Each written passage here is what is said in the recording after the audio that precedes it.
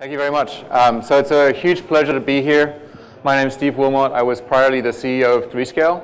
We were one of the leading API management vendors in the world, and we joined Red Hat in June of last year, so we were acquired by Red Hat. We're now fully part of Red Hat. It's been a pretty amazing journey that we've had in the last year and more. And I'll talk a bit about some of the effects of that journey.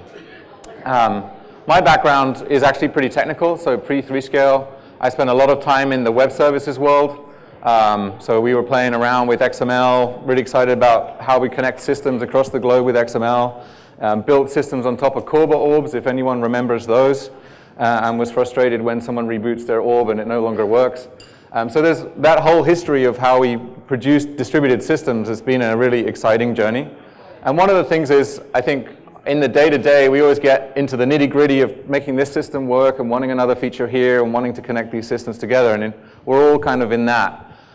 There are definitely times when I step back and think, wow, we can do things today that we just had no hope of doing 10 years ago, right? One of the examples, I would say, actually, 3Scale was a SaaS system before we were acquired by Red Hat. We did all the traffic management on premises, but we had all our cloud systems for doing the brains and analytics. And it actually took us just 9 months to make that work in a container so anyone can run it anywhere.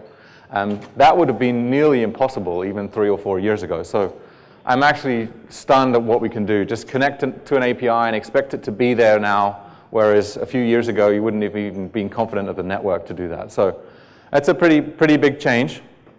And I'll talk about some of the other learnings that we've had in the last year or so as we go. Before I kick off, who here is running an API program or has API programs in their company? Quite a few hands hesitantly going up. How many of those are external facing APIs? Quite a few hands still. How many are internal?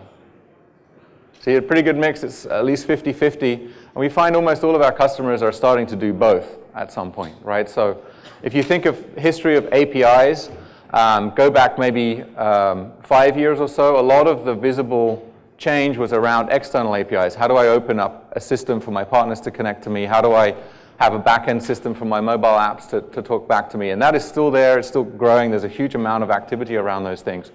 But really what's changed for me in the last 3 or 4 years is internal APIs have become much more important in terms of structuring internal environments. And there's a blending between these two things. We're really seeing almost the same techniques applied in both contexts, especially in large companies. You're really solving much the same problems. But genuinely, internal APIs are starting to probably drive an even bigger change than the external ones. So we had many hundreds of customers when we joined Red Hat, and it's only grown since. It's a very diverse group. We have all sorts of things from airlines, infrastructure, Campbell's Soup you see there, Dow Jones Financial Data Information, Johnson Controls, industrial lighting systems and HVAC systems. It's really, really diverse set. And I think we have a pretty good handle on a lot of the use cases that people are doing with APIs. And we're involved in, since coming to Red Hat, obviously a lot of customer conversations. So I spend around 60% of my time meeting with customers around the globe and seeing what they're doing. And I can really underline what Samir was saying and also what Maureen kicked off with, which is that there are really 3 capabilities that are being talked about by almost every large organization. Containers, APIs, and how do we kind of migrate the ESB so we can do integration anywhere we want it, not have to go through some central points. And they're almost always, so we didn't just come up with that as in how can we stitch these things together. It genuinely is. These are almost all, those conversations are happening almost everywhere. And then not just how do we do containers, it's how do we have a capability of containers that works together? How do we have a capability of APIs that works and supports the entire organization? So I'm going to start with a little bit of context. You saw this slide from Samir.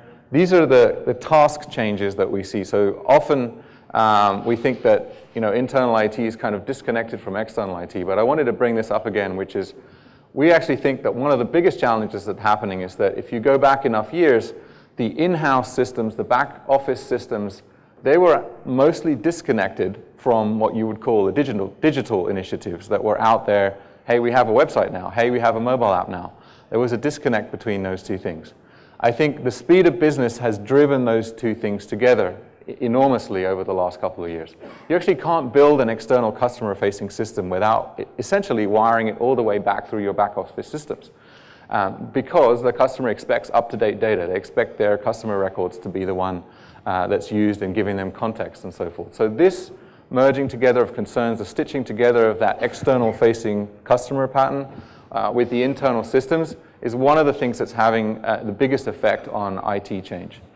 And as you heard, agility is one of the things that's also really critical in getting these things right. So my obviously area is APIs. We spend a lot of time with the other teams as well, but I want to deep dive on the API topic here. Many of you are familiar, as you raised your hands, of what APIs are and what they do. What we really kind of see that they do is maybe a bit different from what you perceive. So an API often is seen as a resource. It's just sitting there, and I can call it, and I hope it's going to be there when it's there. And I may know who's responsible for it, but I kind of expect it to be there. But I don't not necessarily think about it in my day-to-day operations. And that may change if it's an external API, because then you start to look at SLAs and try to determine if it's really there. But often internal APIs don't get that attention. So really what we see APIs as doing is providing stable, reusable interfaces. And I'll go deeper later as to what I really mean by that. This stability, the word stable, is very key here. It's not really an API if it's only there 95% of the time, because that 5% probably means some other system is down. Probably a bunch of your business is depending on this particular endpoint. It's also not there if it's changing all the time, right? Which means that you're having to rewrite your client systems all the time. There's some expectation of stability, and there's some expectation of reuse and use. So those of you that have been in the software industry a long time, you know that the notion of reusable components comes around all the time. It's almost like the Holy Grail. I remember that, you know, when we all had C++, it's like, great, we can encapsulate everything and we can reuse the libraries and it'll all work perfectly. And then we spent a long time debugging dependencies between libraries and all the things that came with that. So it is something that people try to achieve all the time, is this reusable nature. I think with APIs, we're getting closer than we ever have. There's still a lot of work to do to make these distributed environments work properly, which you heard this morning. But it tends to be, and I get this question as well, what's the difference between SOA and kind of SOAP-style APIs and REST-style APIs? In a lot of ways, there is no difference at all. And in fact, we support both. And any API pattern, including others or other streaming patterns and other things, actually conform to this thing here. The big change that I think is a mindset change from an API perspective is that in past lives, we tended to be very tightly coupled. We would build a service that goes specifically with a particular interface or a particular user group. What's happened in APIs is we're more general, and typically you have quite a few different groups that are using these interfaces. And that creates some different challenges, but also a lot more opportunities. You much have more of a one-to-N type of environment than a one-to-one. So we, as I said, we work with a lot of customers in different domains. And we actually try to classify the different things that people do with APIs when we talk to our customers. So these are really the 6 categories that we created about 5 years ago, and they pretty much hold up today. So really, these are the kind of main areas that we see people using APIs in Anger. So the first is mobile and IoT. So obviously, these are back-end systems which are receiving data or supporting transactions from mobile applications. Sometimes you control the team that's written the mobile application. Sometimes you don't. They may be a contractor or they may be a third party.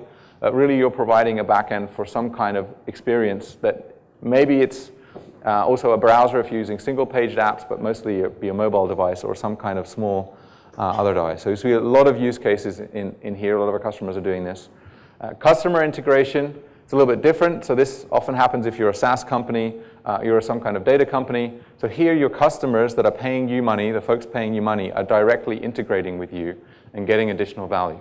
They may not necessarily be paying you directly for the access.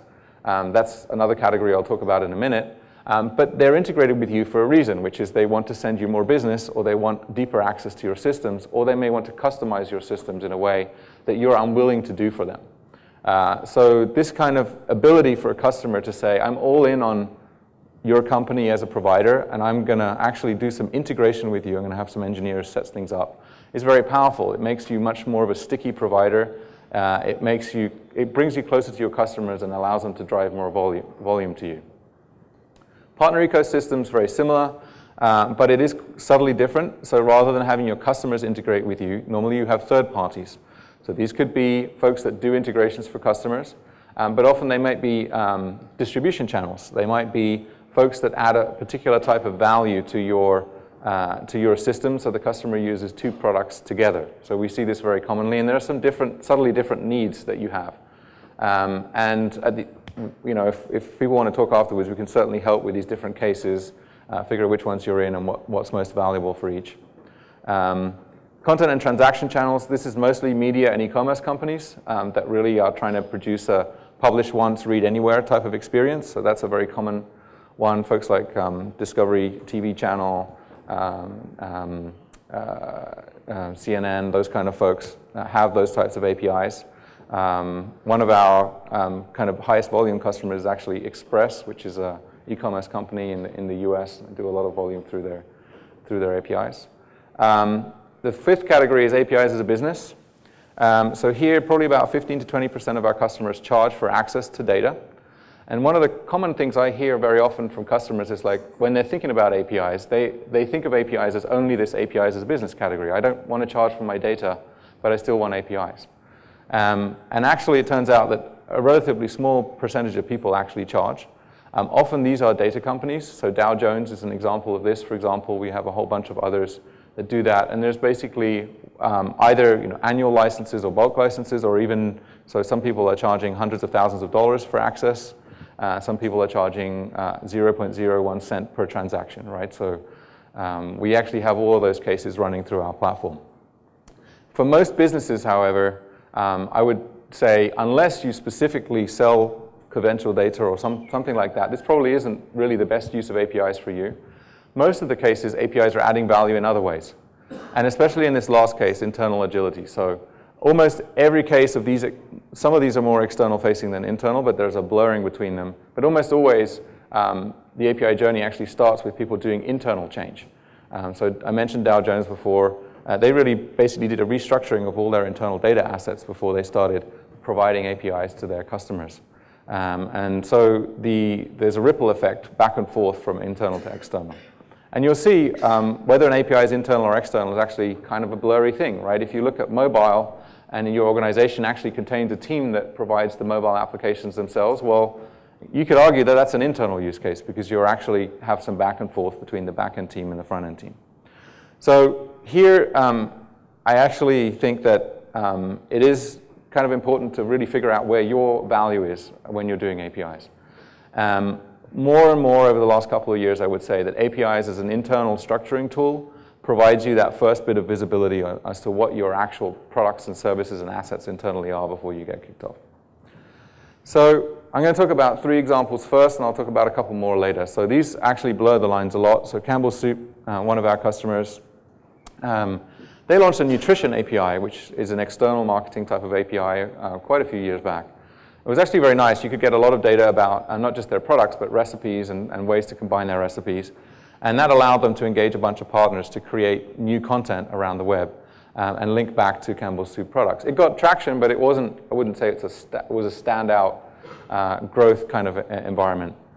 What happened, though, about 3 years ago, I don't know exactly how many years ago it was, but Amazon launched the Amazon Echo, which most of you will know. So it's a voice-activated device you can have in your kitchen. And pretty much immediately, the Campbell's Soup team spotted the opportunity that came with this, which is they were able to create a skill on the Amazon Echo, which they then even co-marketed with Amazon to the extent that they have, you can see photos on their website of Amazon Echoes with Campbell's Soup branding up and down the side. So they created an app called Campbell's Kitchen. So you can go to the Alexa and say, hey, Alexa, what's for dinner? And then talk to Campbell's Kitchen about what recipes are available. And actually then even go populate your shopping cart with Campbell's Soup products. So if you think about that from a brand engagement perspective, it's crazy, right? Suddenly you're talking to the customer in their living room at the point where they're deciding what they might need to eat the next day. And so I think having that API was essential for them to get on that bandwagon early and deliver. And it's still one of the kind of really nice high visibility interactions that they have. Another example is in this vein is Capital One. So Capital One, US banking provider, obviously, of credit cards. And they also have a lot of skills on the Amazon Alexa, which drive from their APIs. And it's a very effective way of reaching their customers. And I have to say, I made a credit card decision when I first came to the US, and I actually picked the Capital One card because I knew it had an Amazon Alexa skill. So it's, again, here you've got a mix of internal and external. This API started serving partners, but it was actually the Campbell's team that put together the Alexa skill. Talk about Qantas a bit. Very, very clearly internal use case. So they had a pretty difficult situation internally. They were really focused. They have an ICC, an integration provider. There were a lot of different parts of the business as a global airline that they needed to bring together. And it was challenging. So their CTO at the time, Chris Taylor, basically brought in a mandate to say, we really want to be API first. We want to change the way we're doing our integration and kind of break open this very tight set of silos that they had around gluing the pieces together. They had a lot of pressure from the outside because their digital services were seen as not effective for the customers. So that was there was a lot of kind of public griping about how bad some of the digital properties were. And in these 3 years, they really made a significant change. And in my mind, the biggest decision they made was they decided not to create an API team that would run all the APIs. What they did instead is they created what we see as best practice and we see across the most important customers is they created a team that would enable the APIs to exist. So they created an automated platform using our products to do that, which essentially allows any team in the organization to publish an API and get it live, but following a certain set of rules. And then they basically created a culture of ownership for those teams.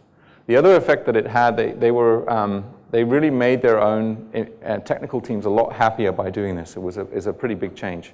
And they had a very outsourced culture before, and now they've actually managed to start hiring more people into their IT teams because there's just this kind of greater sense of purpose.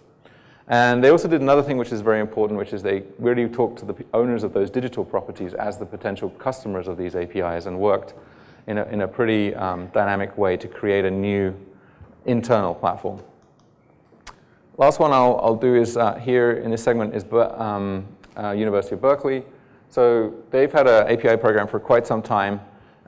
It's actually a very nice example of something that we see a fair bit is that people have their internal APIs, which in their case are education systems, calendaring, even things like insurance for students. There's a lot of APIs into those systems. Sometimes the backend will be something like Workday or some other system, but they put an API on top to give them some vendor independence. But they also brought in a covering over APIs that are external, like Dropbox and Google Maps. And so they are actually able to provide their IT teams and students sort of a unified access to internal and external APIs at the same time, and share some university resources by these different accounts, rather than saying, everybody go sign up for the Dropbox API and go and get direct access. So they're actually doing a pretty nice job of collecting resources that are generally useful, not just from in their own organization. So I might come back to some of these other examples afterwards, but the diversity in API use is pretty broad. As I said, the number one thing is you're creating these stable interfaces, and that allows a place to have dialogue. So how do we actually succeed? And there's actually a lot of material on how to do API programs well. We have, specifically on our side, we have a pretty nice ebook, which is called the API Owner's Manual. There'll be a link to it later, which we can get. And if some of you are interested, we'll probably be able to get paper copies to you as well. So there's a lot of details about that. And you hear a lot of important things like developer experience and so forth that we might, we can delve into. I'm actually, though, going to talk about something a bit different, which is somewhat higher level. So really, I think at an institutional level, at an organizational level, there are three things which really make it work in terms of an API rollout program. So the first one will be pretty obvious, focus on true value, but I'll talk about what I mean by that. And they get more esoteric as you go, which is strange, but you'll see why we go there. So the second one is enable rather than own, and the third one is tax and spend, which is something I can say this side of the border, but I can't say it the other side of the border in the US. I get into trouble for that. You can tell by my European accent that I might have that opinion. So this is the book I was talking about. There'll be links to this, and all the slides will be shared, actually. So if you want the slides, you'll get them for each of the presentations, and you'll be able to click through on these links. So the first one, what do I mean by focusing on true value? So if you're involved in your IT planning in any sense, you always have tons and tons of different demands on your time. And even if you were just looking at the microcosm of APIs and say we're doing APIs, you have tons and tons of demands on which APIs you might actually work on, what you might do for them, how you might advance them. There's a huge amount of conflict. Your company might even be having what we call a Jeff Bezos moment. So who's familiar that sort of within about 2004, Amazon made a big change to force all departments to work together using APIs only? Raise your hands. Quite a few. So you want to click through this link when you see the slides. There's actually a great post by a Google engineer who used to be at Amazon. It's just a little bit old now. It's probably about 6 or 7 years old. And he compares the Google culture versus the Amazon culture. And the biggest thing he talks about is a mandate that came down from the top that said, no department will integrate with another department without having an API in place to do that from now on. And the apocalyptic story is, and if you don't do this, you'll be fired, which no one really knows if that part's true. But there was no, it has to be REST, it has to be SOAP, it has to be this protocol, nothing like that. It was just like, we don't care what technology you use, but make sure you have a well-defined, stable interface, and that is just the rule. And a lot of people attribute this change actually even to the emergence of AWS as a spin-off that they could do afterwards because they made this type of change. And so when you're thinking about that, you may have in your company someone that says, hey, we want to make this big platform change. And that's great for the platform team because it usually means budget. But I'll talk about how to use that opportunity in a little bit. So we like to think about outcomes of any choices in change of infrastructure in a grid like this, especially for APIs. You might have desirable, undesirable outcomes, expected, unexpected. This especially happens when you open a new API within your organization and you try to get people to use it, partners, customers, yourselves. So in the top right-hand quadrant here, you might have a design quadrant. So I'm actually expecting this outcome, right? I want to drive a desirable outcome by use of this API, and this is my design goal for the system. I might also have an innovation outcome, right? It's like, hey, these are good things that are going to happen. Well, I don't know what they are yet. I'm just going to put the API there and see what happens. And then we might have prohibited outcomes. These are things that I really don't want to happen. I think they could happen when I open this particular API, right? So I normally prevent them with terms of service, putting monitoring and restrictions and other things like that in place. And you have what we call the fire drill quadrant down here, which is these are unexpected things that we don't like. And you may think, well, this is external APIs. But actually it turns out that internal is just as bad as external. So as you start having more APIs, you'll see different types of behaviors that you don't like. You may have teams that don't care very much about the load they're generating because they're lazy about what code they write. You may have teams that are bypassing systems that they shouldn't be bypassing, and so on and so forth. But the main reason for putting this diagram up is that certainly, probably the last few years has gotten better, but there was a time when APIs got a reputation for not delivering on the premise. And one of the reasons was that many people launched APIs with this innovation quadrant in mind. Their primary goal was to see if they could generate new stuff that they didn't really know was there before. And I would say 100% anyone in this room to really succeed, make sure you have things in the top right quadrant. If you're launching any APIs or you're deciding which APIs to launch over time, look at which of those will have users within your organization. Who are those user communities? Go reach out, go talk to them. It's the #1 criteria of success, knowing that you have some complete use cases that will actually function. And the innovation thing will actually arise. If people see functioning use cases on top of the API, they'll be able to extrapolate from those.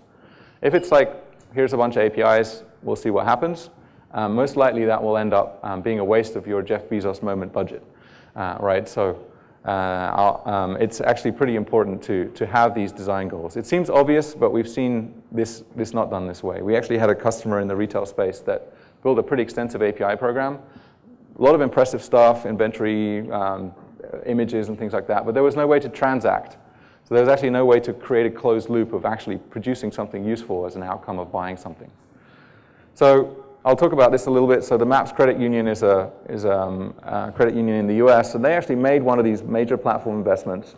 They got very little internal traction, right? They really couldn't understand why weren't people using the APIs. And what they ended up doing is they literally went to every department in the company and had their engineers sit down and look at those processes. And it turned out that so many of the processes were paper-based and phone call-based that were so far away from actual implementation, they weren't even in a position to start using the APIs properly.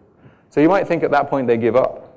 But they didn't. They actually went ahead and built plugins for Excel and other things like that that actually made those APIs useful for these teams. And they ended up making a very significant impact. But it was only when they actually went to see where these things would get wired in that it changed. So the real way to understand this Jeff Bezos moment is his mandate was actually to change the way you work structurally over time, not, hey, put in a bunch of new infrastructure. Right? This is a really important point. Second point, enable rather than own. And so most of you probably have heard the term bimodal IT. It was sort of coined by Gartner, although people have been doing it for quite some time. And when it first launched, probably about 5 years ago, there were some great headlines about it, right? The idea behind bimodal is that you have your infrastructure which moves at a certain speed, and then you have these innovation teams which do new and different things elsewhere. And I particularly like the top right, bimodal IT considered harmful, which is a great quote. As you'll see, though, I think it actually is very valuable. It's just somewhat misunderstood, or it was misunderstood. And so really the thing is that what bimodal IT was understood as being at the time was we're slowing down one of the modes, and we're hiding all this horrible stuff that we don't want to see behind some interface, and then we're going to hope it fixes itself, and we're going to build all the shiny new stuff somewhere else. And that's a very bad model for innovation because you're no longer co-working with those folks. Actually, what we see it as being is stability between the modes. And you may not just have two, you might have many. So what APIs provide is actually a way to move from a world which is sort of one-to-one. So whenever I build a new system, I have to write all the code from that client system all the way through to the end, which is pretty pathological, to this kind of model, right? So this is what people thought that bimodal IT would do, is we want to build a platform, and we have a platform that provides a bunch of APIs, and we build everything else on top of that. There's a problem with this model. That big block on the left, it's not a great fun place to be, right? No one really wants to be on that side because instead what you're doing is you're holding the can for all this integration that is supposed to happen. And you're supposed to provide this stable interface, and it is creating this separation where you have the innovation folks on the right-hand side and you have sort of the slower moving infrastructure on the left. That's not great. Really what you want to be enabling is this kind of model, end-to-end. And so the purple line here is meant to represent the APIs so that actually the backend teams can move just as fast or even faster, but they're really providing individual products. And the key thing here is that what you're trying to achieve is common governance and stable interfaces, not fast and slow. And we actually saw an Australian organization, a very large one, and that literally they had a large team that was their integration competency center that had been doing a pretty great job over 10 to 12 years, but the technology was 10 to 12 years out of date. They had a lot of integration requests, and this organization was also being accused of, hey, you're laggards on the digital services side. So they built a new digital team. That digital team went from 5 people to 150 over 3 years. So suddenly you had a completely separate team that was literally working around everything that the first team was doing. Funnily enough, the folks in the first team weren't very happy about this. And so the first time, so they talked once in a while, but it was pretty much two worlds. So the first time, really, those two got a lot more interaction was when we had a lot of API conversations with them. They actually started talking about the interfaces much more clearly. So it was a way to break down these barriers. So the second key thing I want to leave you with is if you have a platform team, which is a label that we see a lot, this is a very good thing because it means that your company is thinking in a platform, API-centric, possibly container-centric way. But think about it not necessarily as a platform team, but actually as a platform enablement team. What that means is you're enabling the rest of the organization to deliver and parts of the platform for you, rather than you are making the platform happen. Because it's very dangerous to be in that second category. You will be the bottleneck again. You may be using different technologies, but 3 or 4 years down the line, you'll be the bottleneck again. So it's trying to be the enabler. And so you want to really put some governance and guidance into helping people do this, and we'd be happy to talk about how we've done that with other customers. But you're trying to ensure the stability of these environments, enforce some of the security rules and things like that, but create an environment to do that. And more importantly than anything, you want to automate that process. So APIs become a capability, so you could create APIs. It's easy for teams to create, maintain, and run APIs, and have it as a fundamental thing that your organization does. And Maureen mentioned this earlier on. Individual APIs actually become products. So this happened at Qantas. It's happened at multiple customers. That people feel much more ownership. They have a roadmap for each of these APIs to tell you where it's going to change, when things are going to get deprecated, and it actually makes it a much more real thing for them to interact. So as I said, I already talked about this a little bit, but the change has been pretty dramatic. From a technical perspective, dramatic, but also from an organizational perspective. There's now a much healthier collaboration going on, I would say, at this organization than there was before. So I'll get on to my third point, which is the tax and spend part. So we often all face this short-term projects versus long-term investments dilemma. And especially when you get sort of a budget to become API first or do a container initiative or something like that. Sometimes that's a significant budget, and that's very exciting. The challenge is that for most of the rest of the organization, that's a budget they would rather not spend. They would rather not spend on changing the platform. They would rather deliver the new partner program, or they would rather deliver the new customer-facing app, or whatever else they want to do. So often that budget is on the cut block. So that creates a lot of conflicts. And I'll talk about how we managed this. We were a smaller company, but we had a similar problem. We had a lot of customers asking for pretty significant changes to our product always. I mean, all the core functionalities there, but every industry has its own desires. We had to serve all of those needs, so how do we do that? So we did have a long period of our history where we went from all customer-centric for 6 months back to platform, all customer-centric, and it's really crazy. As you probably know, your engineering teams go pretty crazy whenever you change modes like this. And in the end, we actually literally ended up with a tax system. So we would say whenever a new project would come in, we would slice off 30% of the budget that would always go to platform improvements. But not just any platform improvements. They went to platform improvements that enabled that particular feature. In our case, we controlled the budget fully, but we've seen this happen in other organizations. The very nice thing is you literally attach your platform and your API change to business priorities over the next 12 to 18 months. You look at what we're doing, but you just take a little bit of extra budget to actually do it in an API-enabled way. So don't ask for a grant, but ask for a cut of this perceived new revenue that your organization is going to create. I also want to give this example from Fitbit. They're not a customer of ours, but we know them very well. So Fitbit is the watch device that many people wear. I'm getting my extra steps as we talk here. They have millions of devices that sync with their infrastructure, and it's all API-driven. They have, I think, 300 to 400 billion API calls a month. It's very significant. But they have another worse problem, which is that it's very spiky. So whenever they ship an Android or an iPhone update to their app, there's a huge spike in traffic in terms of syncs. And there's some other events that drive spikes as well. So what's the obvious way to solve this? Cloud bursting, right? So the obvious way to solve this problem is cloud bursting. And so basically try to take your infrastructure and make it scalable and manage those peaks. And they did do a bit of that, but at their volume, it's actually incredibly expensive and difficult to do. So what they did instead is they actually literally took a piece of their team and sent them out to the people that were writing the libraries that were doing the syncing on the other side of the customer side, right? So they invested time and effort and actually money and headcount and came up with a whole bunch of randomized back-off algorithms that changed the way the clients interacted with the platform. When you now see this, it seems pretty obvious. But the real key lesson here is what they did is I'm going to skip this example just in interest of time, they distributed their platform budget. And they went to the clients of their platform and actually helped them use the platform better.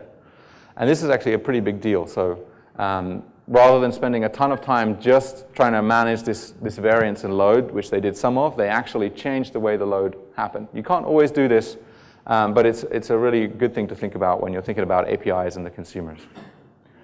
And so I'll just finish pretty much on this. How do you measure success with APIs? We see a lot of this. These are the kind of metrics that often get applied to the success of an API program. How many APIs are there? How many API calls? How many integrations is a little bit better? Number of containers isn't a great one. Number of servers is not a great one. Number of lunch and learns, it's an activity, right? I don't know how we feel about those. The main point is that these are almost all cost metrics, right? This is how much the API program is costing me. Because I need to actually support this load. So it's good to track them because you don't want your costs to be uncontrolled. But it's actually better to think about some of these metrics. How many applications are using these APIs? How many complete use cases do I have? And by complete, I mean, I don't just get the inventory. I can actually make a transaction and shift something to a customer. Who are the number of users? And what's the dollar value of the businesses? It's actually quite rare that an organization knows how much dollar value of business is resting on their APIs. And I particularly like these last two is how quick is it for an application to get live on the APIs that we have. We have a metric we call time to first hello world, which is how quickly do I build something. And there's time to first dollar, which is how quickly can I build something that is valuable rather than just a hello world.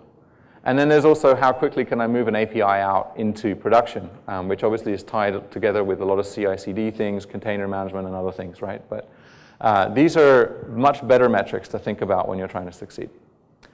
So the takeaways here is this is an incremental transformation. We think it's one of the fundamental changes that most large organizations are going to go through in IT, and it's a very valuable one.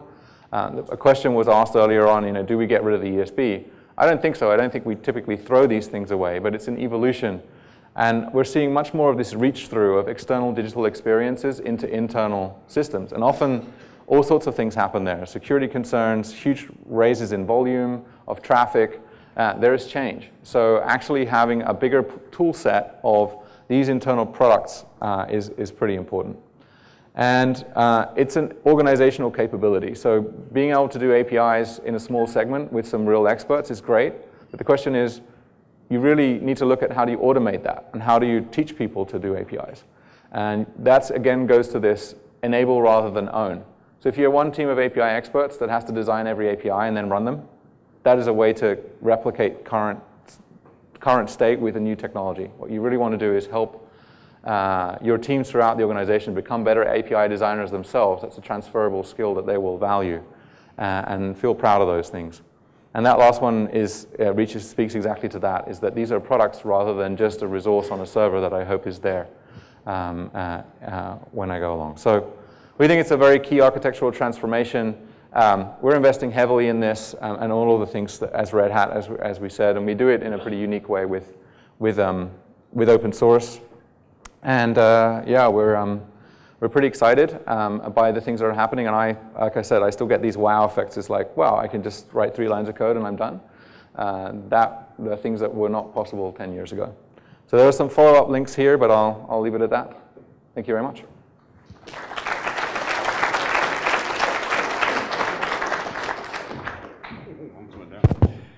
Thank you, Steve. And I think maybe if there's questions, we'll just blend it into the expert panel, which is up next. Make sense? Sure. So I'll invite the panel to come up, and if there's any questions for the audience, for Stephen now, feel free to approach the microphone, find the courage to do so, and ask questions. That was an excellent presentation. Thank you, Stephen. So I'll ask the panel to come up. Maureen, Christian, Samir. Any questions at all? No questions. Wow, must have been very clear. I think they only had a 10-minute break, so brains are still full. There's one coming. Oh, there's a question coming from Mr. Misfit.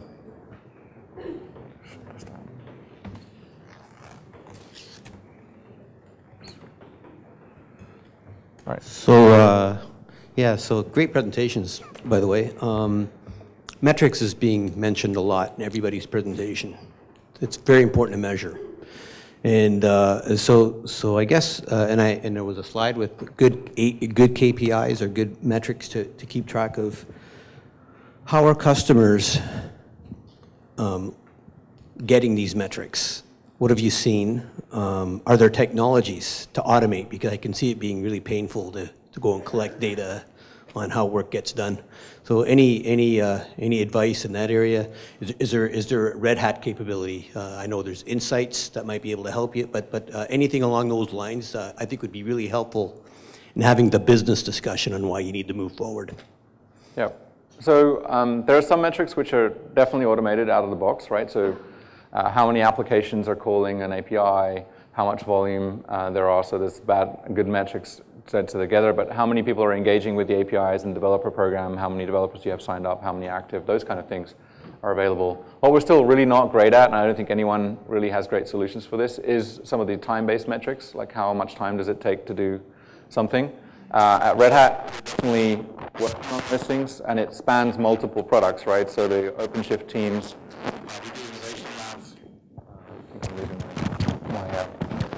Mike, but so pretty much everything that I've seen at customers is fairly custom. So they have some folks that run the programs that are trying to improve, and they do some fairly custom measures of how long things are taking.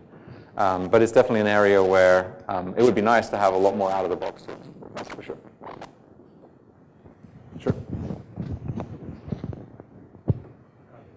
Good questions. How do you differentiate that API and your tools? And often that, for example, we are using the OpenShift to manage your container environments, right? So definitely the OpenShift exposed a set of APIs, right? While the Ansible was similar concept that you may build your API on top of the Ansible as well, right? So how do you differentiate that one? Yeah, that's a great question. So a lot of products you have, so whether it be a platform like OpenShift, or let's say you're using an SAP system, they will have their own APIs. And then you'll have your own custom code, which will have its own APIs. So I think when you're talking about APIs of a product like OpenShift, in a lot of cases that use is pervasive, so you wouldn't necessarily want to track every single call to an OpenShift API, the platform API. I think what you're going to want to do there is educate people how that API works and what its capabilities are. But definitely if it's a system which has some persistent data inside it, either one that you wrote or one that is a vendor system, having a layer on top of that is the API and tracking who's using it and what access they have gets to be very valuable. You get some key insights. So I would, the divider I would make between APIs that you want to track more versus not at all or less is, does that system have some data or transaction capability that is part of your business versus a technical functional capability of a particular product. Now, that's a blurry line. We have customers that literally monitor every microservice that's part of a bigger application, and we have customers that literally just manage the APIs that are going to the outside world in one block. So there's definitely a continuum. I have a couple of questions.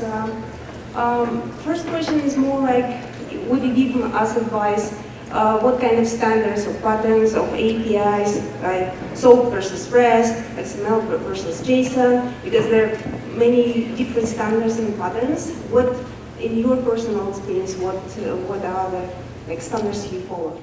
Yeah, this is definitely very important. And actually, I think one of the reasons that APIs have become a lot more exciting is because there's been a lot of convergence on the standard definitions of them. Certainly, at the high level, SOAP versus REST, what we see a lot is that SOAP ends up being very tightly coupled. That means that you have very range of, it's fairly inflexible how many different uses you can make of a SOAP API. Now, that doesn't mean it's not great technology, and if you have it in place, you should probably not rip it out and continue to use it. But we're seeing a lot more reuse of REST APIs. So that tends to be when you have larger groups of people with different uses for an API. And it's also a lot easier. And one of the successes of REST has really come through mobile, because it's actually very tough to make SOAP calls from a mobile device. It's very easy from another device. And the good news is on the REST side, for many years there were a number of different ways of describing REST APIs. I think now everything has converged into the Open API initiative. It's called the OAS format. And that used to be called Swagger. So Swagger was a format for describing APIs that's now been migrated into a Linux Foundation, completely open system. It's being adopted by Google and us and IBM, and almost every major vendor, I think, has pretty much converged on that format. There are some other formats out there, but there's a lot of tools now coming through for that, and that's, I think, great, because we don't want to be caring about exactly what format, we just want to get work done. So I think that would be the one to look at. Okay, and my second question, how will you make your API secure? What kind of authentication and authorization you use in your API? Like what is the best practices, especially when it comes to public API, cloud, etc.? Yeah, there's definitely a lot of elements to that. It depends what the API does, but so products like 3Scale do API authentication and security for the traffic that's going in and out, and depending on whether it's a completely edge API or whether it's internal, you might switch more or less of those capabilities on. We're not the only vendor, though. There are plenty of other vendors that have API gateways that provide various types of security in there. Probably the biggest thing is to look at, who's the user set and how much particular security you need at each level in the stack. And I would never say the answer is zero. So even internally, you want to get away from this perimeter defense. But it doesn't really make sense to necessarily have full encryption between two microservices that are running on the same machine and that are making, that basically have almost the same application, right? So I think you need to decide, how much you're putting in at each level. The biggest thing I would think about is identities of the users and identities of the developers of the apps and identities of the owners of the various parts of the backend and each system component. That ends up, like getting the architecture for who's calling who and what they're all labeled is actually a lot of the battle. So, very good. But there's a lot to do there, so we'll talk more. Sorry, last question. Sure. They're great questions. Yeah, so when you sell your API, right, so then you should take care of charging the clients, right? So do you have any experience integrating into some licensing solutions, like cloud solutions, etc.? Just yeah, so we have quite a few customers that do this. So actually our platform has a native billing system in it. So it actually allows you to do things like charging per transaction or charging a monthly plan with overages and all. It has a lot of those things in. And we also integrate with credit card systems, so you can charge directly to credit card. But we don't force you to use that. So we also have an API. So a lot of our customers are wanting to aggregate billing for API usage with other billing that they're charging the customer anyway. So they pull the data out of the API and then add line items to other systems. So there's a whole range of different billing systems that we work with in that respect. So depending on what you want to use, there's also third-party platforms like Chargeify and those kind of folks, right? So I think it's always like, where are our customers buying from us anyway already? If it's existing customers you want to augment, so look at how you integrate. Or if it's a completely new customer set, then either us or one of the other vendors, you'll be able to find pretty sophisticated billing solutions. And there's a lot of money being transacted through some of these platforms. Yeah. Thank you very much for great questions. Oh, we have another question. Excellent. I think I should sit down. Should we make this the first panel question? Hey, you sit down, then officially we start the expert panel. There are much smarter folks on the panel here than me. So, this question is for Steve.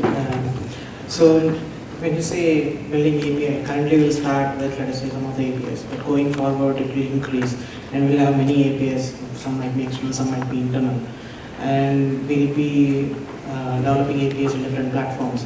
So, did you foresee any issues in maintenance of these APIs? Because let us say if you want to change something on security, or if you want to change some platform, because we'll have a huge list of APIs running, and how to oversee that something is not overriding others, that we are not duplicating, such kind of thing.